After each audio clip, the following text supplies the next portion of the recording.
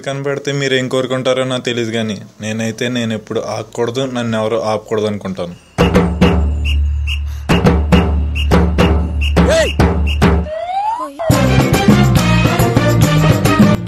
మన జీవితంలో జరిగే జరగకమానో పోయే పోకమానో దేన్ని ఆపుతాం?